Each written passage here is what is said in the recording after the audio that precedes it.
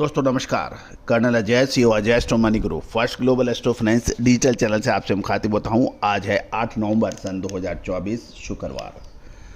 दोस्तों आज के एपिसोड में हम दालों के ऊपर करेंगे चर्चा। दलहन तिलहन मसाला कपास अनाज सोना चांदी कच्चा तेल कॉपर एल्युमिनियम जिंक और स्टील जैसी महत्वपूर्ण कमोडिटीज पर अपडेट देने वाला देश का पहला चैनल। दोस्तों आपको याद होगा कल हमने कॉपर पर जब 6 तारीख को ज़बरदस्त गिरावट देखी गई थी, कॉपर के अंदर लगभग 5 से 7% तक गिरावट अंतर्राष्ट्रीय भारतीय बाज़ारों में देखी गई थी।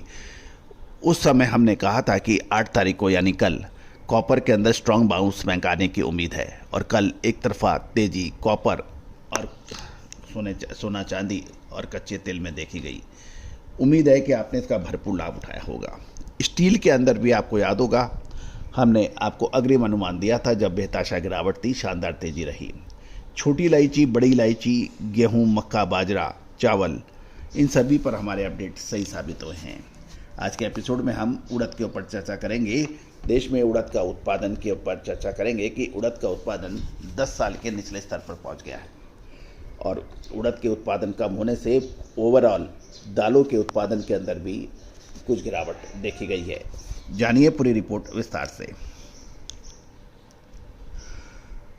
दोस्तों कहा जाता है कि व्यापार करना अब इतना आसान नहीं है। एक तरफ फाइनेंशियल टाइटनेस, कंपटीशन, लगातार उतार चढ़ाव अब चतुर व्यापारियों के लिए भी बड़ी परेशानियों का सबब हो रहा है। पीढ़ी दर पीढ़ी जो खानदानी बिजनेस करते थे उनको भी परेशानियों का सबब देखने को मिल रहा है। तो दोस्तों जैसे जैसे युग बदलता है तौर तरीके बदलने होंगे, तभी आप अपनी नंबर 1 नंबर 2 का जो स्टेटस है उसको आप बरकरार रख सकते हैं। और जो लोग नीचे के स्तर से हैं ऊपर आना चाहते हैं उनको भी नए तरीके अपनाकर आप लोगों से आगे निकल सकते हैं। और इसके लिए विश्लेषण, अनुमान, रिसर्च एक ऐसी अद्भुत व्यवस्था है जो आपको दूसरों से आगे ले जा सकती है। अन्यथा आप वही कहते रहेंगे व्यापार में दम नहीं है, पैसा कम, टाइटनेस चल रही है, उतार चढ़ाव इतने हैं, कंपटीशन इतना है, ये सब स्टैंडर्ड बातें चलती रहेंगी। आज दोस्तों खबर निकल के आ रही है कि देश में उड़द का उत्पादन 25% तक घट सकता है और ये 10 साल के निचले स्तर पर पहुंच सकता है। कृषि मंत्रालय द्वारा जारी पहले अग्रिम अनुमान के अनुसार तुअर का उत्पादन पिछले साल 34.17 लाख टन की तुलना में बढ़त कर 35.02 लाख टन है, जबकि उड़द का उत्पादन पिछले साल 16.04 लाख टन से घटकर 12.09 लाख टन होने की उम्मीद है।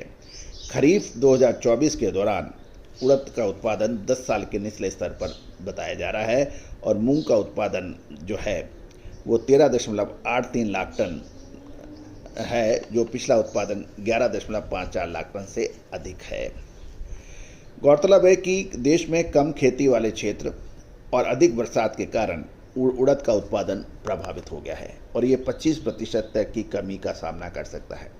उड़द की फसल कम होने से कुल मिलाकर खरीफ की दालों का उत्पादन पिछले साल 69.74 लाख टन से घटकर 69.54 लाख टन रह जाएगा।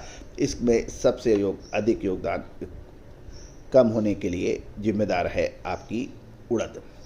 खरीफ की फसल सीजन में रोपण 7.4% वृद्धि हुई थी, लेकिन उड़द ने खेल बिगाड़ा है। गौरतलब है कि कुछ व्यापारियों का यह भी मानना है कि आयात से पर्याप्त सप्लाई को देखते हुए कम में कोई ज़्यादा असर कीमतों पर शायद ना पड़े। इस साल तुअर का उत्पादन अधिक होने की संभावना है क्योंकि प्रमुख उत्पादक राज्यों में कर्नाटक, महाराष्ट्र से जो ब्यूरो रिपोर्ट आ रही है हमारी, उस अच्छे फसल के संकेत है। लेकिन अभी कुछ भी कहना जल्दबाजी होगा। अभी हमें देखो और इंतजार करना उचित रहेगा। गौरतलब है कि हाल के महीनों में दालों की कीमतों में गिरावट देखी गई थी क्योंकि इसमें सरकार का भी योगदान रहा। स्टॉक लिमिट लगा देना, ड्यूटी फ्री कर देना, आयातित दालों का पर्याप्त भंडार, ये दालों की कीमतों को रोकने में पर्याप्त साबित हुआ। लेकिन अगले कुछ महीनों में अब सिचुएशन पे हमें नज़र रखनी होगी क्योंकि ईस्टर्न अफ्रीकी देशों से तुअर के आयात पहले से ही चल रहा है। म्यांमार से उड़द भी जहाँ नई फसल जनवरी से आएगी उस समय हमें नज़र रखना होगा। गौरतलब है कि बारिश के प्रभाव से के कारण न केवल उड़द की फसल में प्रोडक्शन कम होने की उम्मीद है, जबकि क्वालिटी में भी काफ़ी गिरावट आने के समाचार है। लेकिन कम फसल के बावजूद आयात और कमज़ोर डिमांड के कारण कीमतें अभी स्थिर बताई जा रही हैं। दोस्तों, आने वाला समय नवंबर अब चल रहा है दिसंबर, ये 2 महीने नवंबर और दिसंबर उड़द के लिए महत्वपूर्ण साबित होने चाहिए। क्या इसमें तेज़ी आएगी या मंदी? क्योंकि आयात इंपोर्ट पल्सेस का लगातार बढ़ता जा रहा है और सरकार भारत आटा, भारत चावल, भारत दाल के जरिए उपभोक्ताओं को सस्ते दरों पर माल उपलब्ध करा रही है। इससे रिटेल प्राइसिंग के ऊपर फ़र्क आता है। साथ साथ दाल मिलें भी आवश्यकता अनुसार ही अब माल खरीद रही हैं। तो दोस्तों, आगे क्या संभावनाएं बन सकती हैं? क्या तेज़ी की हो सकती है या मंदी की? दोस्तों, हमारा हर संभव प्रयास रहता है कि आपको दालों में, मसालों में, अनाज में लगातार अपडेट और विश्लेषण आप तक दिए जाएं। दोस्तों, विशेष रिसर्च रिपोर्ट के लिए आप संपर्क कर सकते हैं। All the very best, good luck, happy trading.